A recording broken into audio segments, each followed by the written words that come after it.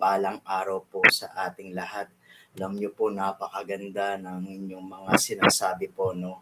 At pagpapaliwanag po or pag-welcome po sa inyong speaker ngayon. Ako po ay natutuwa dahil ako nga po ay pinadala ng Panginoon.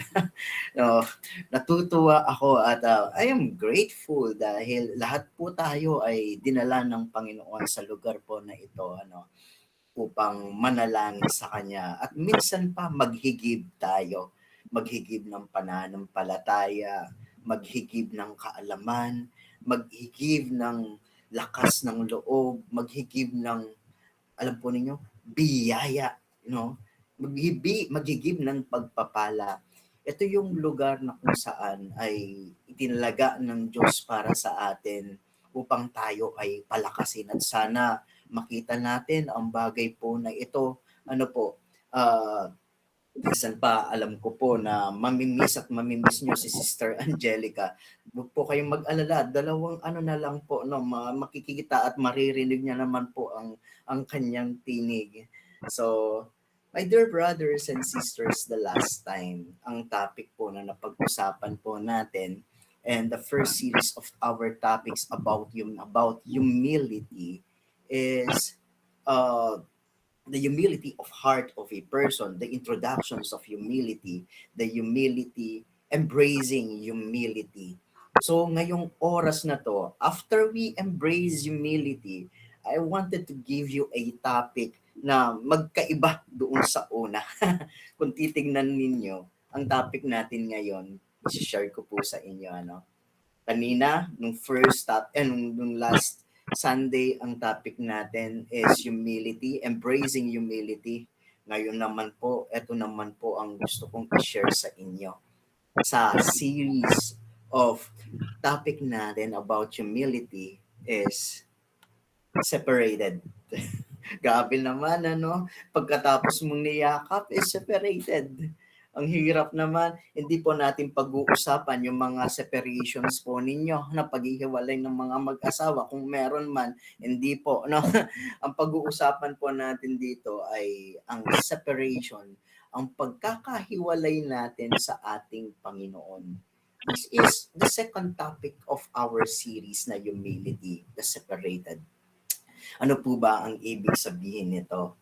At bago po tayo lumalim dito, gusto ko munang ibigay po sa inyo ang scripture verse foundation natin sa ating paksang pag-uusapan ngayon. At hinahangad ko po ang lahat ay maging mabuti, no? Siyasatin natin ang ating sarili. Kasama po ako doon. Although alam ko na po itong topic na ito, talagang pinag-aralan na rin po ang topic na ito at ninamnam na rin ang topic na to. Ngunit ngayong araw na to, gusto kong palaging paalalahanin ng aking sarili sa mga bagay na ating itinuturo upang tumino sa atin. Talagang manatili sa atin ang mga salita ng Panginoon at mabanggit talaga na ako ay pinapadala ng Diyos sa mga lingkod niya, sa mga anak niya, sa mga minamahal niya. So ito po yung aking dalangin ngayon na manatili ang presensya ng Diyos ngayong oras na to hanggang sa matapos ang paksang pag-uusap natin about the separated or the separations. Ang scripture verse foundation natin ay nagmumula sa John chapter 15 verse 5. I am the vine, you are the branches. Those who abide in me and I in them bear much fruit, because apart from me, you can do nothing. Ang ganda. Ang ganda. Alam po ninyo, nung bata ako, kinakanta ko po yan Jesus is the way, the truth, and the life. His banner over me, His love. Alam niyo po yun. Sa charismatic, Jesus is the way, the truth, and the life. His banner over me, His love. His banner over me, His love. Tapos biglang pupunta sa punto na, Jesus is the vine, and we are the branches. His banner over me, His love. Jesus is the vine and we are the branches. His banner over me, His love. His banner over me, His love. Ano nga ba ang pinakamalalim na dahilan kung bakit natin nasasabi na kung wala ang Panginoon, wala tayo. At ito po yung bagay na ito dahil ang lahat sa atin ay gustong magtagumpay sa buhay. Ang lahat sa atin na nandito ngayon ay magkaroon ng pagbabago. At even no sa pamilya, sa relasyon, sa community, sa hanap buhay. And dito sinasabi na maliwanag ng Panginoon, ako ang puno at kayo ang mga sanga. Ang mananatili sa akin at sa kanya ay magbubunga ng masagana. Because apart from me, you can do nothing. Apart from me, you can do nothing. Grabe. So, sinasabi ng Panginoon dito, siya ang pinagmumulan ng lahat. Siya ang pinagmumulan. Gusto mo ng biyaya, nasa Diyos. Gusto mo ng pagpapala, nasa Diyos. Gusto mo ng kagalingan, nasa Diyos. Tinuturo ng Panginoon ngayon ang kanyang sarili na pinagmumulan ng lahat ng biyaya at kadakilaan. Kaya, kung wala ang Panginoon, kung tayo ay nakahiwalay sa Kanya, mawawalan tayo ng buhay. Mamamatay. Malalanta. We cannot bear fruits much longer. Hindi na tayo mamumunga. Hindi na tayo, mawawalan na tayo ng saysay. Ito rin po yung bagay at paraan tinuturo sa atin ng Panginoon na manatili tayo sa Kanya. Na hikayatin natin ang ating sarili. Ayan, hikayatin, kumbinsihin natin ang ating sarili ngayong oras na ito na lumapit tayo sa Diyos. Tanggapin natin ang Kanyang pagpapala na merong kababaang loob. Alam po ninyo, merong itinuturo na isang dakilang propeta ang Panginoong Hesukristo nung kapanahunan niya in the New Testament. Hanggang ngayon naman, kapanahunan ng ating Panginoon. But nung nabubuhay siya, dito sa lupa, in the New Testament, yung sinabi po niya kay John the Baptist, sabi niya, there is no man who is greater than John the Baptist. There is no man, wala nang iba pang tao na hihigit pa kay John the Baptist. Tinuro po natin yan, no? Tinatok po natin yan. Why? Merong theological background po doon, yung tinatawag na the hierarchy of grace. Pero hindi natin pag-uusapan yun. Ang pag-uusapan natin dito, yung dahilan kung bakit kaya sinabi ng Panginoon na wala nang hihigit pa kay John the Baptist. We know John the Baptist is a prophet. Pero kung titignan natin, hindi naman sinabi ng Panginoon dito na wala nang hihigit pang propeta maliban kay John the Baptist. Kundi sinabi niya, wala nang hihigit pang tao na hihigit pa kay John the Baptist. Why? Maybe because John the Baptist possessed a great virtue of humility. Maybe.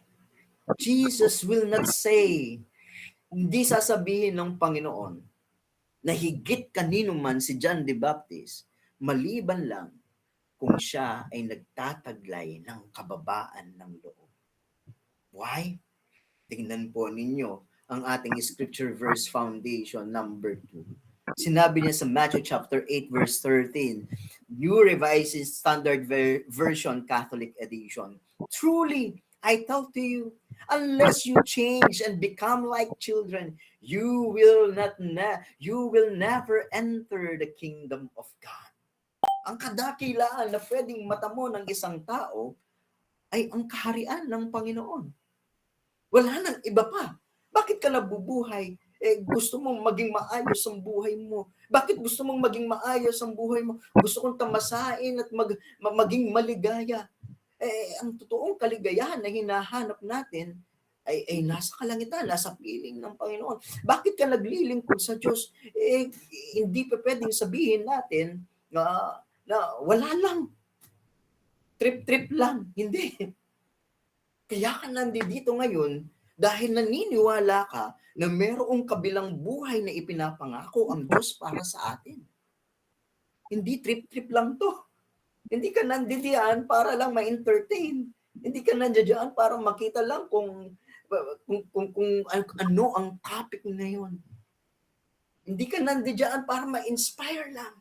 Nandiyan ka upang iniisip mo, these inspirations, these teachings, this knowledge came from God na pwedeng magbigay at magbigay ng pagpapala at maging sandalan mo upang makapagpatuloy sa buhay at tamasain ang biyaya ng Diyos na ibinibigay sa iyo, kalangitan. At this is why we are here, my dear brothers and sisters. At dapat malinaw sa bawat isa na tayo ay tinawag dito for a greater mission, for a greater purpose. What is that? Anong bagay na yon? Makasama at makapiling ang Diyos, manatili sa ating Panginoon. At ito yung hinahangad sa atin ng Panginoon. The kingdom of God is not for the skilled. Tandaan po natin yun. Ang kaharian ng Panginoon ay hindi siya para doon sa mga talentado. Hindi siya para doon sa mga skilled. Hindi siya para doon sa mga servant who give himself to the service for the rest of his life. Hindi siya para doon. But the kingdom of God the kingdom of God are for those who are humble. Kahit na may 25 years na po ako naglilingkod, kung wala akong kababaang loob, naku, sisipain ako palabas. Siguro malayo pa lang ako. Di ba? Paaalisin na ako. Tandaan po natin yon na ang kaharian ng Panginoon ay wala doon, hindi siya para doon sa mga skilled. Ang kaharian ng Panginoon hindi siya para sa mga talentado. Hindi siya para doon sa mga servants na ibinigay ang buong buhay niya sa paglilingkod. Ang kaharian ng Panginoon ay para doon siya sa mabababang kalooban. Brother Francis, ibig sabihin ba, may pag-asa po ba ako dyan? Kahit hindi ako marunong magpahayag ng... Opo. Dahil yun ang requirements ng Panginoon. Maging mababa ang kalooban. Brother Francis, okay ba na kahit... Yes po. Dahil ang requirements ng Panginoon ay maging mababa ang kalooban. Hindi maging magaling, kundi maging mababa ang kalooban. Bakit nandyan ka? Kailangan. Ginagamit tayo ng Panginoon. At kailangan sa paggamit ng Panginoon sa atin, hindi natin nakakalimutan kung saan tayo at ano ang pinanggalingan natin. And that is humility. Ano ang pinanggalingan natin? Tanggapin na tayo ay sa Diyos at para sa Diyos. At ang lahat sa atin ay nagmumula sa Panginoon. You know what, my dear brothers and sisters?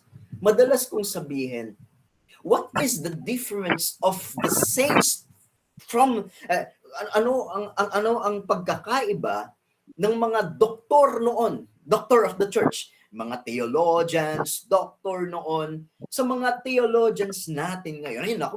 Madalas kung kumpara yan sa radyo po natin na regular po tayo sa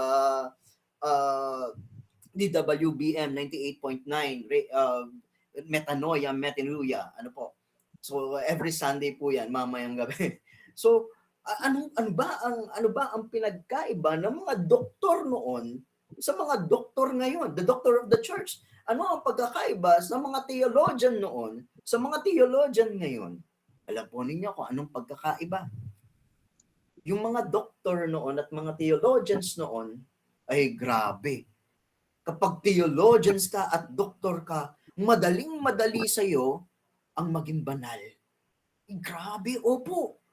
Kaya yung mga mamaya pag-usapan natin, St. Ignatius of Loyola, ay grabe. Yung mga teachings po niya, kapag nababasa ninyo, nakakadurog ng damdamin, nakakapukaw ng kaalaman, at nagbibigay sa atin ng kaliwanagan. Ay, nako, sobra. Pero anong pagkakaiba, Brother Francis? Ang pagkakaiba, yung pinagmumulan. At dahil, tingnan niyo, at dahil yung mga doktor noon, the doctor of the church noon, meron pa rin naman ngayon, ang kanilang pinagmumulan ay ang wisdom ng Diyos. Nakakapagsulat sila ng libro, nakakapagturo sila ng salita ng Panginoon sa pamamagitan ng pakikipag-ugnayan nila sa Diyos. St. Louis Marie de Montfort, even himself, nung nagbibigay siya ng teaching sa isang convention, sa isang seminar ng mga theologians, mga madre din, he prepared himself for how many days and how many weeks? Days and weeks. Nagsulat siya, and he found himself nothing in the grace of God. And when he prayed, Lord, please send me to be your servant. Send me to be your voice to your servants, to your people. And let not my will, Lord, but your will be done. And he prayed to the Blessed Mother Mary. Tingnan ninyo yung connection nila. Tingnan ninyo ngayon, saan nagmumula ang kaalaman? Chat GPT. AI. Ay, hindi ko sinasabi na mali. Pero, my dear brothers and sisters, ang dali ng access ngayon. Ngunit, nawawala yung access natin, connection to God. Sobra. Hindi ko sinasabi na mali. Ang sinasabi ko dito, huwag nating hayaan na ang mga kaalaman na ito ay mawalan ng saysay at mawala, lalong-lalo na ang connection natin sa Diyos. My wife, ang aking asawa, natututo daw po siya sa akin sa paanong paraan sa pagdarasal. Why? Paano ba tayong magdasal? Lalo na sa Rosario. Yung tipong Hail Mary, full of grace, the Lord is with you. Ang bilis. Nawawalan yung pause. Nawawalan yung paghinto. At sa bawat paghinto ay ang panahon ng pakikipag-usap sa Diyos. Mabilis. Ngayon, ang bilis eh. Pero dati, bago makapagsulat ang isang manunulat ng salita ng Diyos, hihingin muna ang gabay ng banal na Espiritu. Hihingin muna ang koneksyon niya sa Panginoon. Magdadasal muna. At habang ginagawa niya, kinakausap ang Panginoon, ang Diyos. Humility. Without God, we can do nothing. Hindi ko sinasabing masama, but wag nating kalimutan na itong mga bagay na lasang ating harapan ay nagmumula sa Diyos. At kailangan nating ibalik lahat para sa Kanya. Look, tingnan niyo po ninyo. Kung titingnan niyo ang screen po ninyo, St. Augustine of Hippo. Pag-uusapan natin ngayon hanggang mamaya si St. Augustine of Hippo. Ano po? There is no saint. There is no saints, however holy. Walang banal, walang santo na naging banal at itunuring na banal and innocent who may not truly consider themselves a greatest sinner in the world. Ay, example yan. St. Augustine of Hippo. This is the phenomena o the phenomenon of all the saints. Tingnan ninyo, kapag magbasa kayo ng Book of the Saints, lahat doon, aminado sa sarili na nagkasala ako, makasalanan ako. Again, my dear brothers and sisters, we are talking about sin not because para hindi tingnan ang ating sarili at manatili doon sa pagkakasala at karumihan. Tingnan ang ating sarili na tayo ay nagkasala at kailangan natin ng biyaya at pagpapatawad ng Panginoon. And this phenomenon of all saints, of all the saints, as if they commit the greatest sins or the heaviest sin in the world. Talagang tumatamis, lumuluhod, pinaparusahan ang sarili nila. St. Augustine of Hippo, one of our example today. Marami pa yan mamaya. And famously, St. Augustine, associated siya sa iyak ng kanyang mahal na ina na si Santa Monica, who wept for how many years? Ilang beses, ilang taon na umiiyak sa Santa Monica dahil gusto niyang baguhin ang kanyang, hindi baguhin, gusto niyang mabago ang kanyang anak. Ay nakikita ni Santa Monica kung gaano kawalang iya si St. Augustine. Ang makasalanan si St. Augustine. Aminado naman si St. Augustine dito. Alam po ninyo kung ilang taon? 17 years. St. Monica crying, weeping to God for 17 years for the conversion of his son. Ay, nako. Miyak na po ba kayo na ganong katagal? Malamang sa boyfriend po ninyo dati, na hanggang ngayon iniisip pa. Joke lang po. 17 years, hindi biro. 17 years. Another example, si Saint Paul. Saint Paul the Apostle. He was a former persecutor of the church. Marami siyang pinapatay ng mga Kristiyano. But he late spoke to his intense ministry saying, sa kanyang pagmiministeryo, sinabi niya sa mga tao, and he warned them. He warned them. He warned him na night and day, araw at gabi, umiiyak siya. Umiiyak siya sa lahat ng kanyang mga ginawa hanggang sa mga huling hininga ni St. Paul. At ganon, tingnan po ninyo yung isa pa. Eto, may iba naman ito. St. John Maria Vianney. St. John Maria Vianney. Sino si St. John Maria Vianney? Ay, isang tanyag na pare.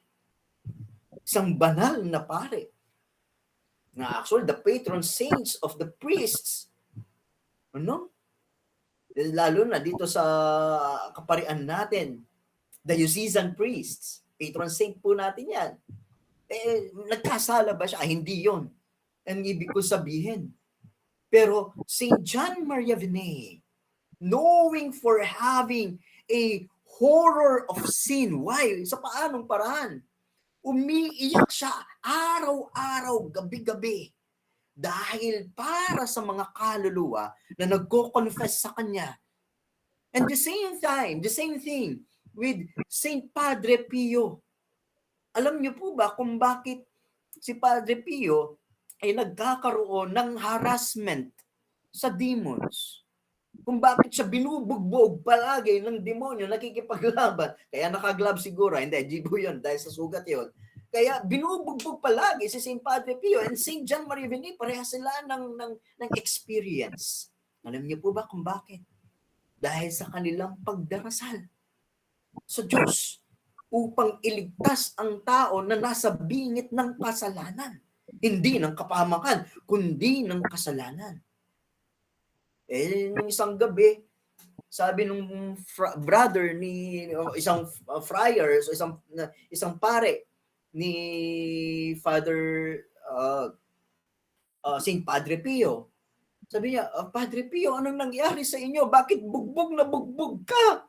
Tingnan mo mukha mo, namamaga sa suntok. Sino ba ang may gawa nito sa iyo? Sino ba gagawa noon sa nasa loob sila ng seminaryo? Wala man silang ibang kasama doon. Sino nang bugbog sa iyo? Sabihin mo sa akin.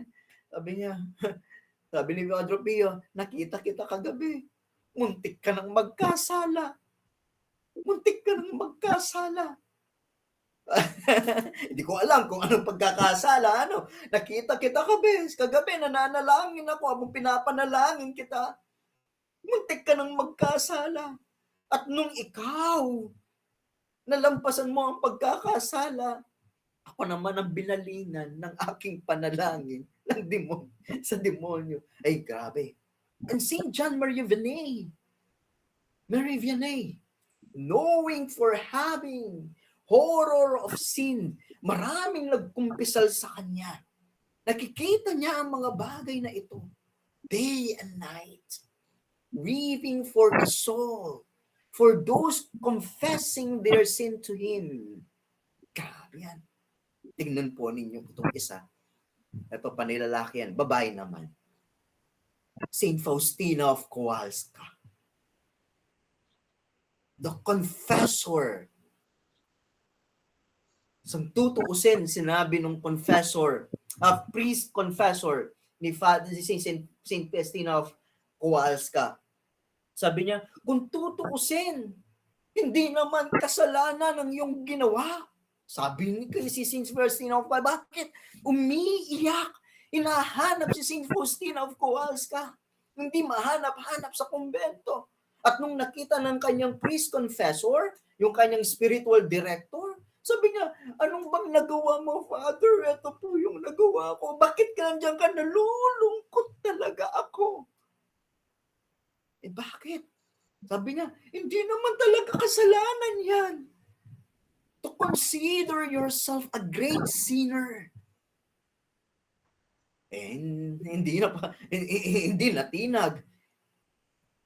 When one's truly involved with the Lord, kapag ang isang tao na involved siya truly sa Panginoon,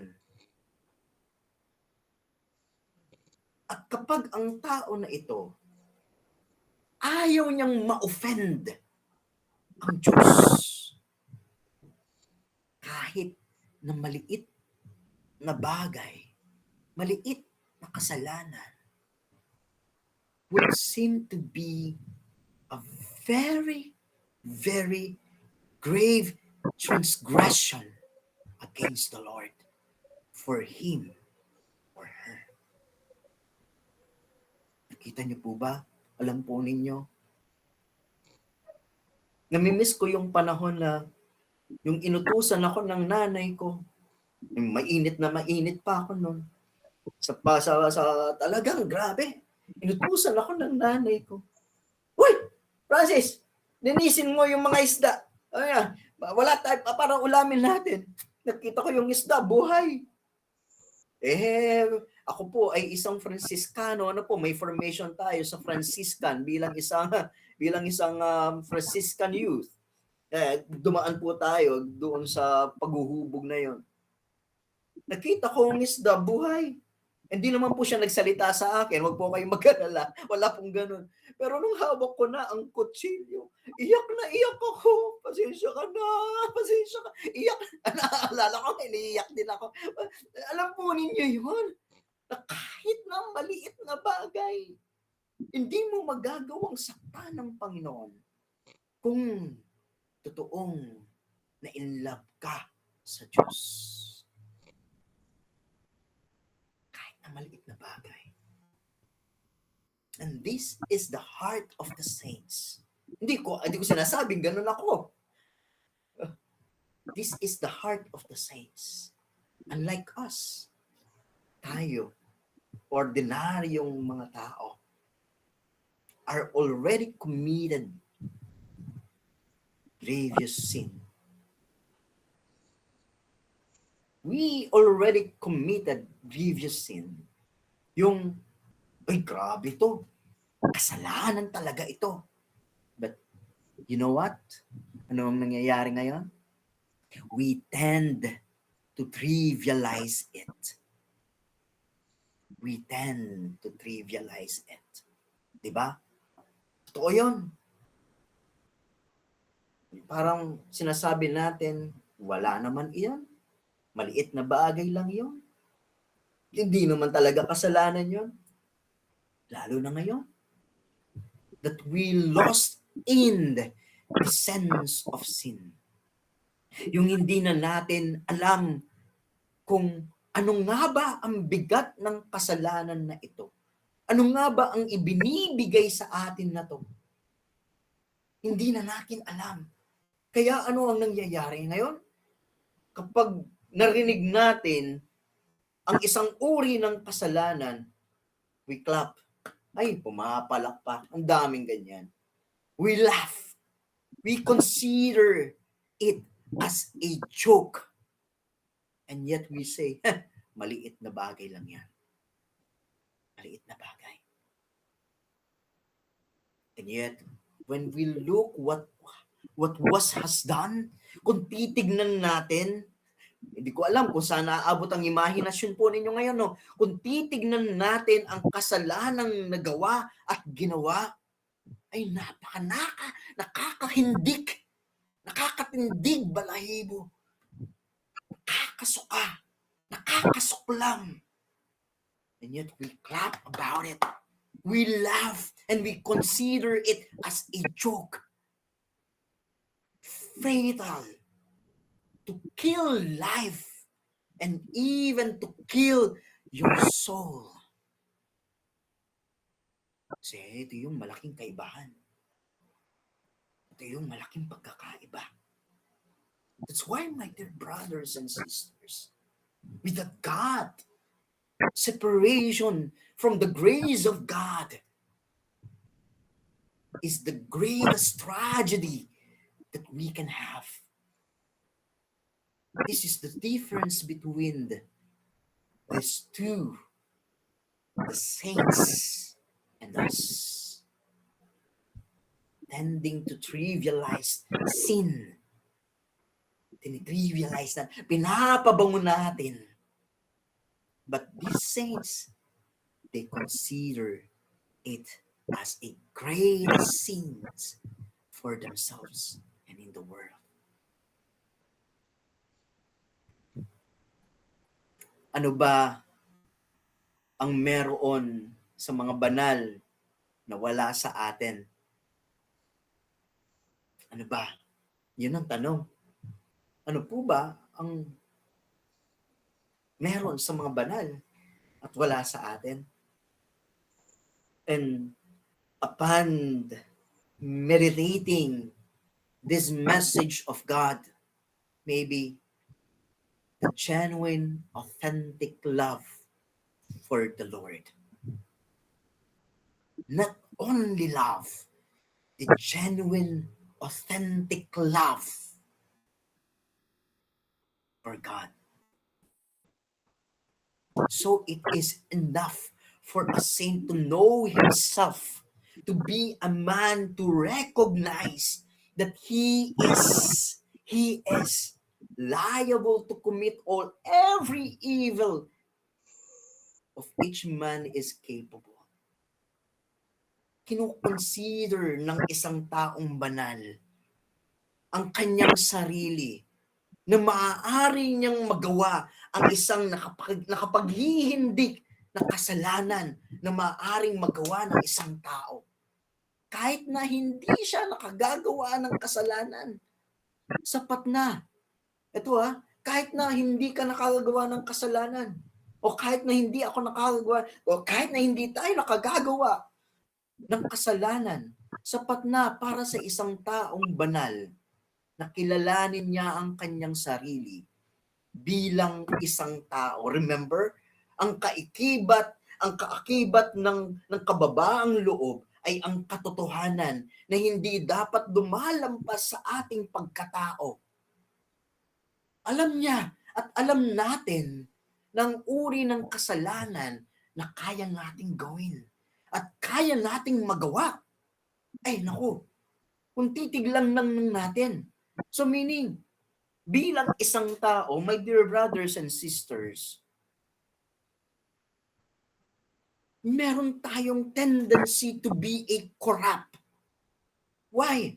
So bilang isang tao, I have my corrupt nature, proclivity of every evil, na maaaring mag-ugnay doon sa lahat ng kasamaan. And so far, I am concerned.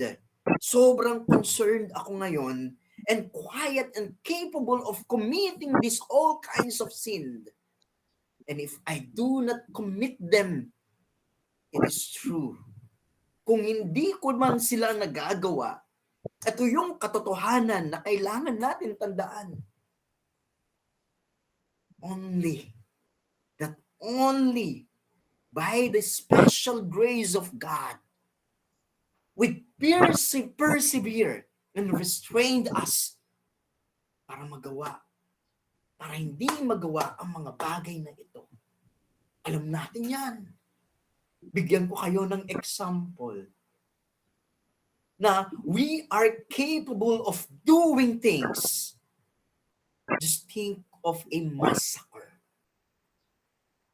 Just think of it. Pagpatay. Sino ang gumawa nun? Kapwa nating mga tao. Hindi naman yung aso ng kapitbahay. Hindi rin namang mga animal sa gubat. Tingnan ninyo. Sino yung nag-aral ng biology nung bata siya kahit wala siya sa school? Yung palaka, ihiwain mo. Yung manghuhuli ka ng palaka. Tapos kukuha ka ng pin. Ipipin mo isang kamay niya, ipipin mo isang kanang kamay niya, ipipin mo yung mga paa niya. Tapos kukuha ka ng blade or isang knife. Hihiwain mo sa gitna, buhay. Diba? Sino yung gumawa sa inyo na kumuha ng isang bulate, doon siya nag-aral ng yung hinahat ng fraction, 1/2, 1/4, 1/3. Sino nang bato ng pusa sa kalsada? Sino nang huli ng tutubik? Yung gamit yung tawag dito, yung sanga ng punong kahoy.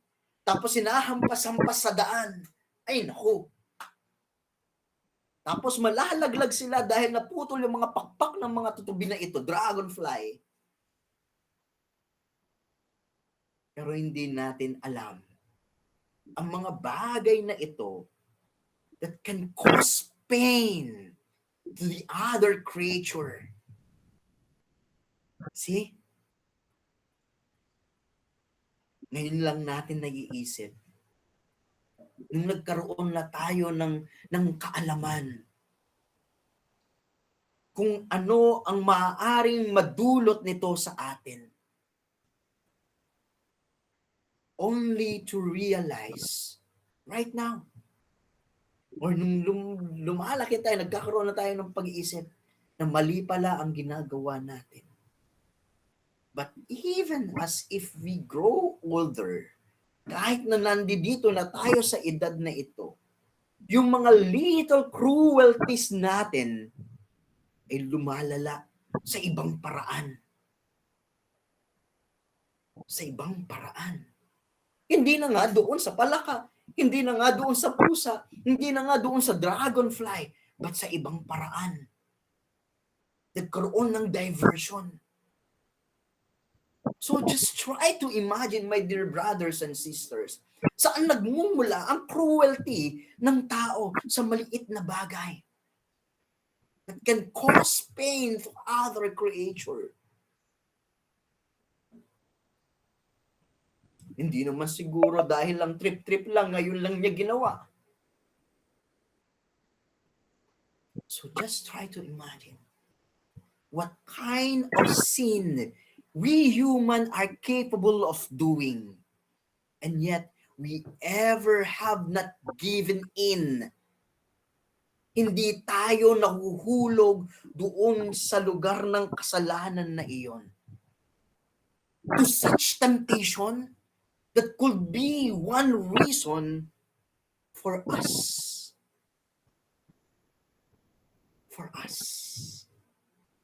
Of not doing this kind of cruelty. Alam po ninyo kung ano? Because we receive a special grace from God. God Himself who persevere and restrains us. Ginagapos niya tayo upang hindi natin magawa ang bagay na kahindik-hindik na ito. To me, that is a salvation. Ito ay kaligtasan that prescribes the Immaculate Heart of Our Lady. Amen. Yes. Na ibinigay din sa ating mahal na Inang Maria. That even Our Lady, the Immaculate Conception. In fact, alam po ba ninyo?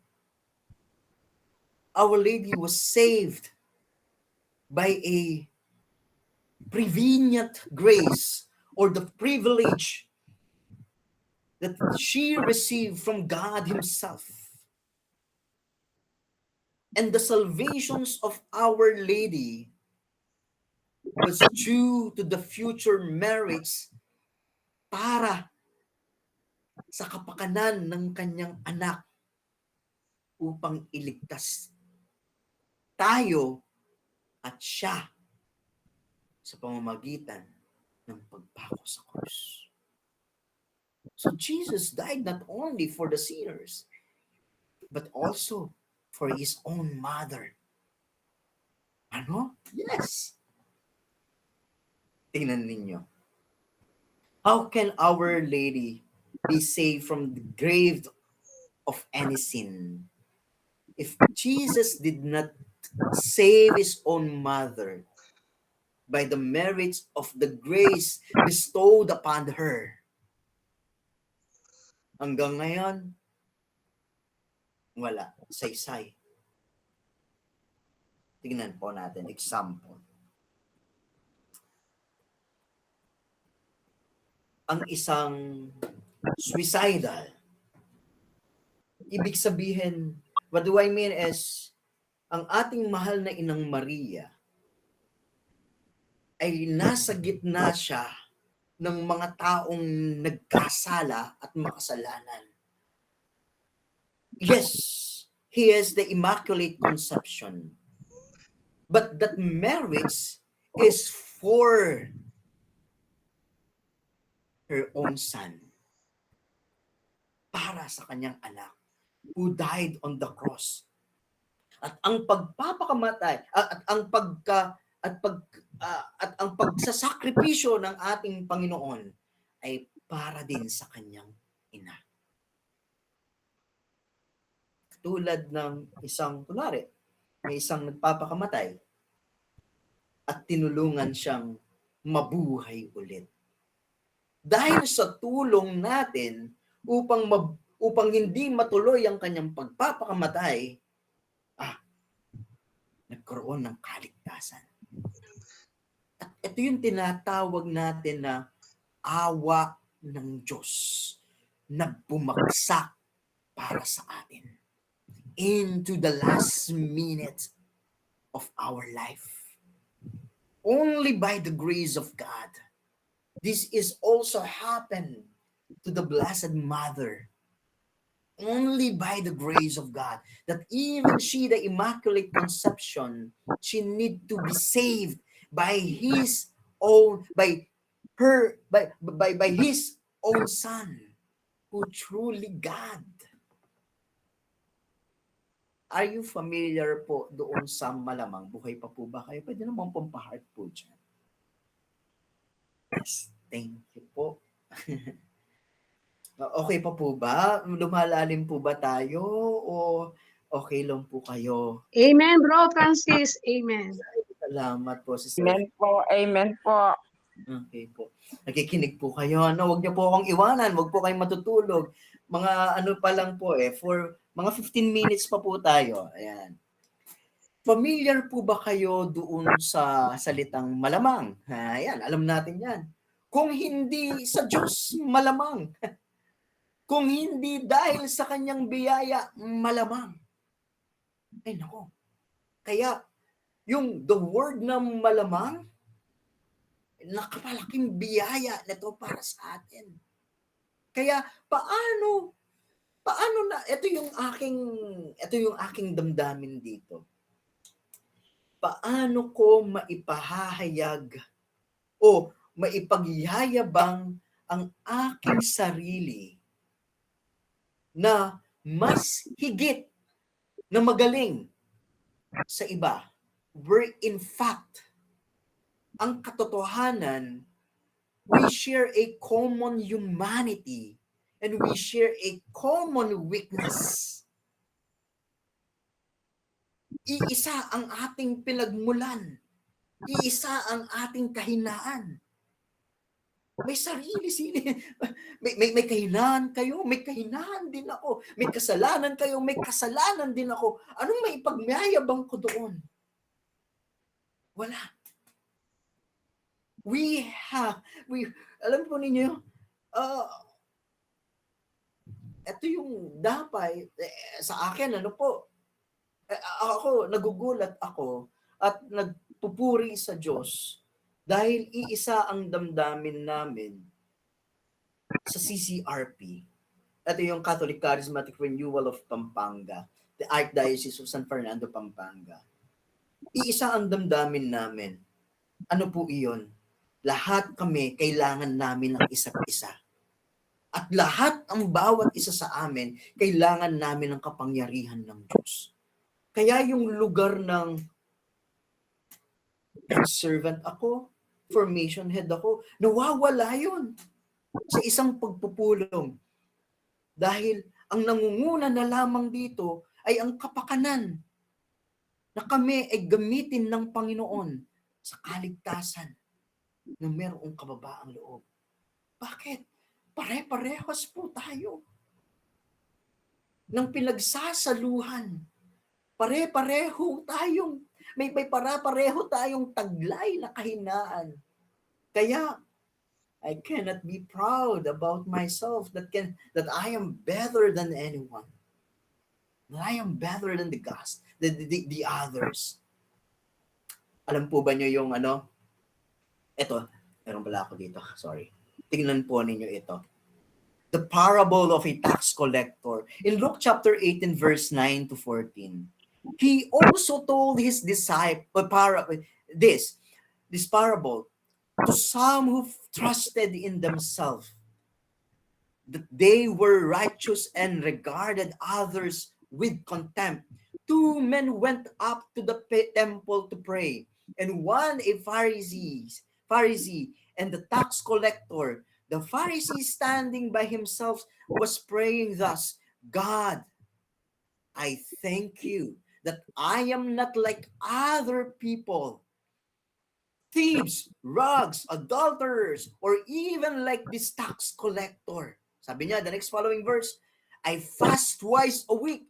I give a tenth of all my income. But the tax collector, standing far off, would not even look up to heaven, but was beating his breast and saying, God, be merciful to me, sinner.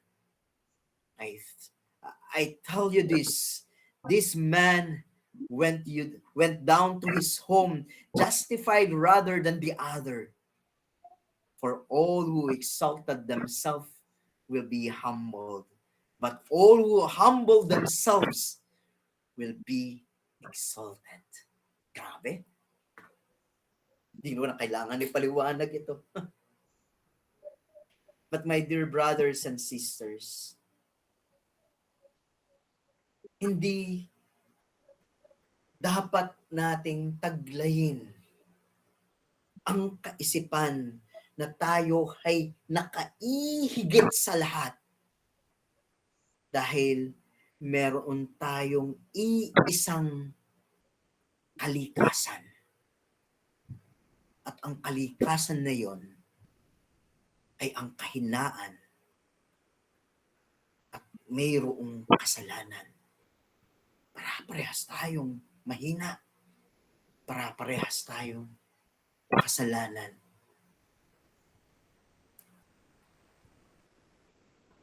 Alam po ninyo, sa totoo sen, we don't need, eto medyo controversial itong sasabihin ko. Medyo controversial ito. That we don't need to be tempted by demons to fall into sin. Because our concupiscence or yung pagnanais, yung pita ng laman, yung kalikasan natin is to a great temptation itself. Is a great temptation itself. Hindi ka naman tinempt nung ginawa mo ang isang pagkakamali or kasalanan. Hindi naman nagpakita sa iyo ang diablo sa iyong harapan. And sometimes, eto yon. Katatapos pa lang ng kumpisal. And yet, you fall into sin again. Kaya, kung ipagkakait ng Diyos ang kanyang mapagpalang kamay, makapangyarihang espiritu sa atin, ang tulong at biyaya niya, mas madali sa atin ang kasalanang kahinaan taglay natin ay mas maging malala at magdulot sa atin ng kamatayan. Again, gamitin natin si Saint Augustine of Hippo. Yung kanyang, when Saint Augustine of Hippo, his concupiscence or yung conscience niya, yung pita ng laman na meron sa kanya, alam niyo po ba, si Saint Augustine of Hippo, he exposed his life. Talagang kinumpisal po niya ito sa lahat ng mga tao na meron siyang anak sa pagkabinata. Yes.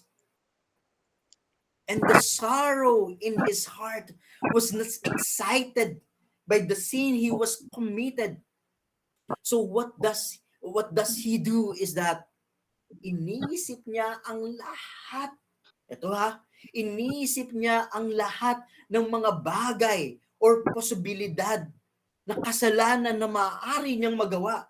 Hindi pa niya nagagawa, pero maaari niyang magawa. Were it not for the grace of God who preserved him. Have he not been preserved from the sin by the God of infinite mercy? Iniisip niya palagi yun. At sa pag-iisip niyang yun, mas hinihigitan niya ang kanyang sarili na yakapin ang biyaya ng Panginoon na malampasan ang mga bagay na ito. At doon siya naging banal. He thought of it day and night, immediately. And St. Augustine grieved. Talagang nakipagbuno siya sa kanyang mga kahinaan. At pwedeng maidulot ito with humility. With humility, he implored pardon for God for the capacity of evil. Yung kapasidad niya ng gumawa ng masama.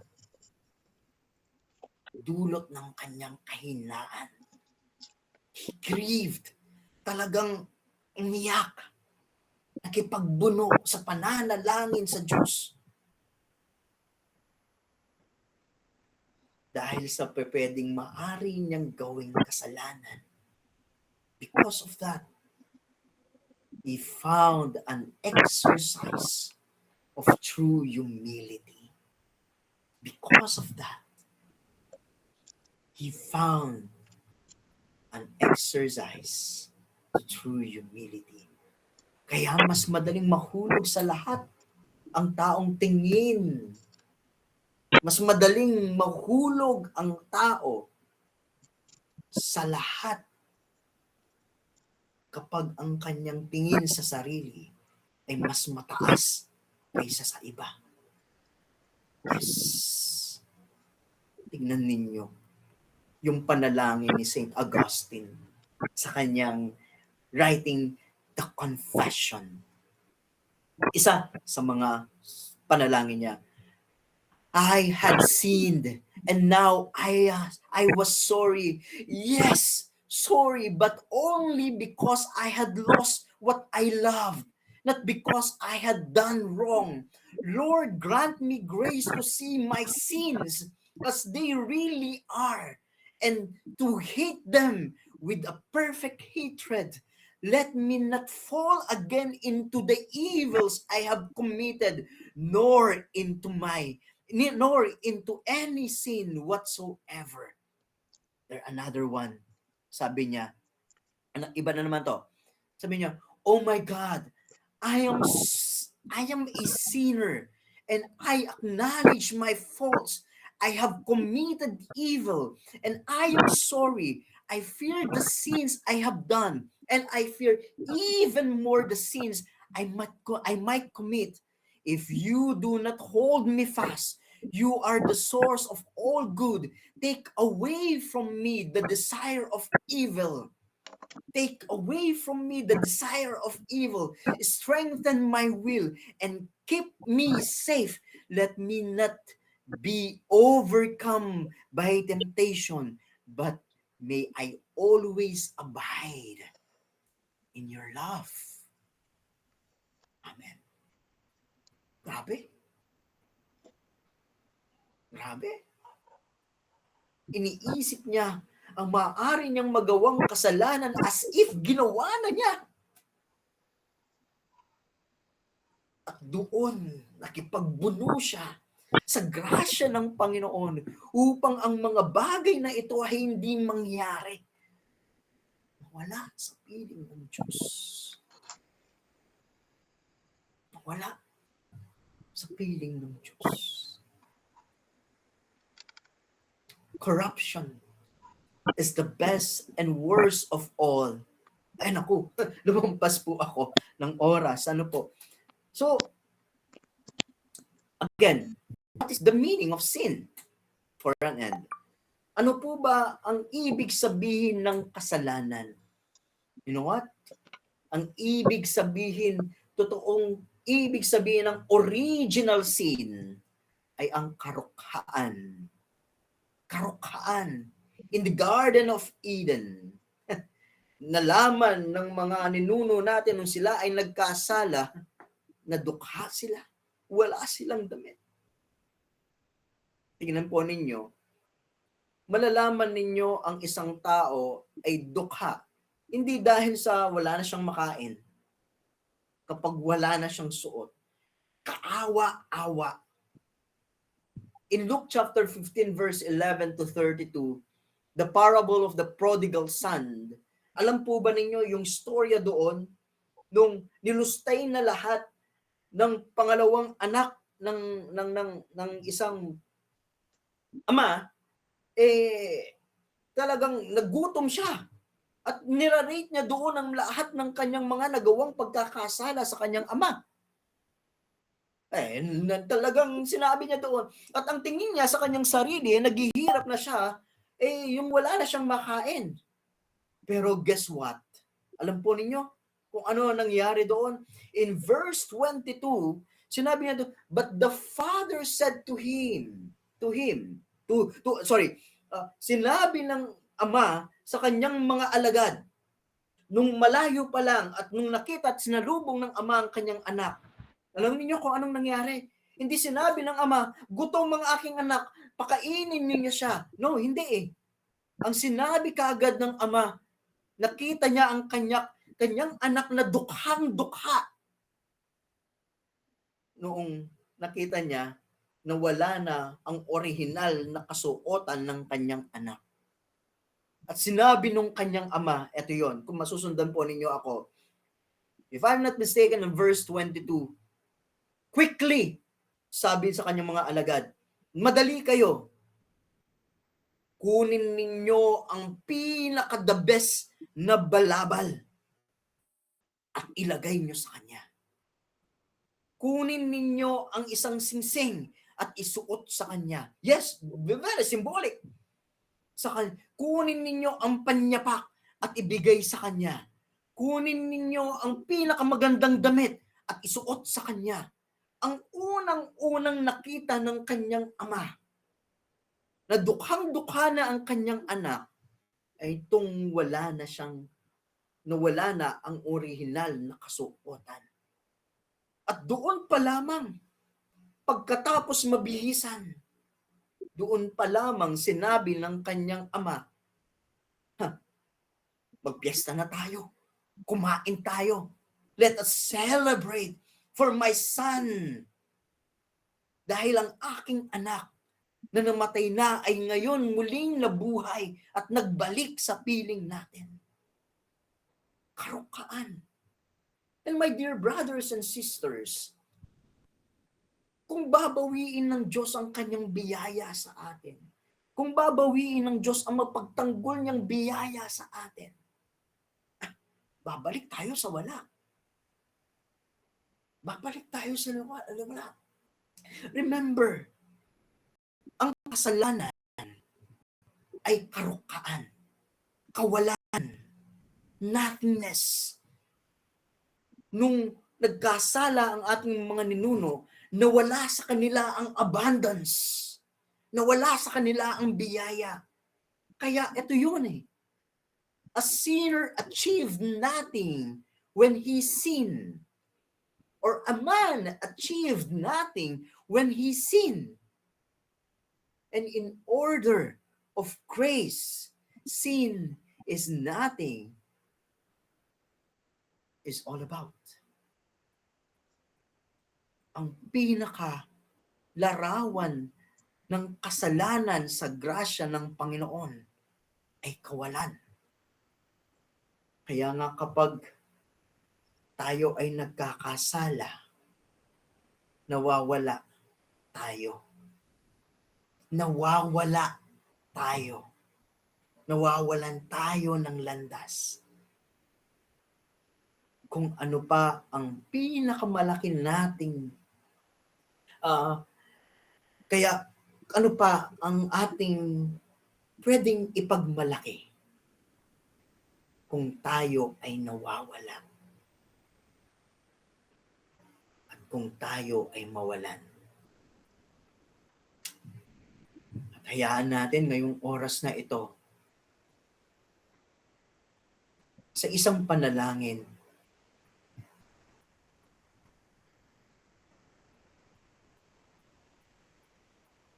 na pahintulutin sana ng Panginoon na hindi mawala ang grasya, pagpapala na inihandog niya para sa atin.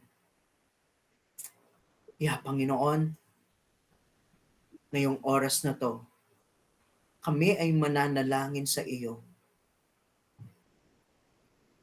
ng buong puso, buong pagkatao namin, to confirm, O God, that you have wrote in us, na isinulat po ninyo sa amin.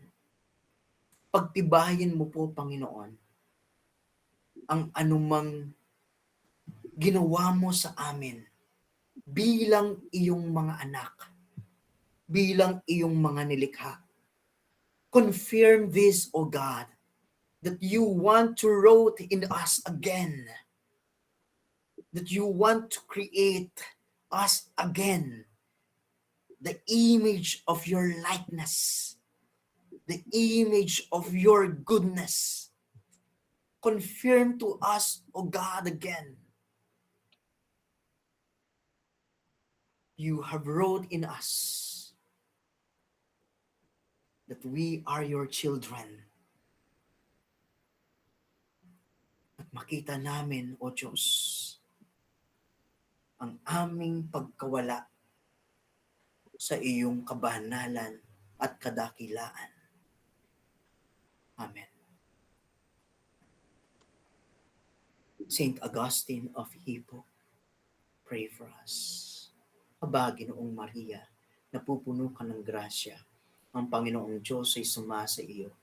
Bukod kang pinagpala sa babaeng lahat, at pinagpala naman ang iyong anak na si Jesus.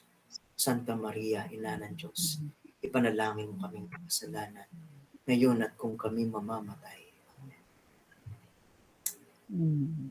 Saint Joseph, foster father of Jesus, the husband of Mary, pray for us. Sa ngalan ng Ama, ng Anak, Diyos Espiritu Santo. Amen. Amen po. Maraming salamat, Brother Francis. Brother, may oras ka pa po? Opo, meron pa naman po. Okay po, baka po may katanungan po ng ating mga kapatid. Mitz Bioli. Hello po. Mitz Bioli.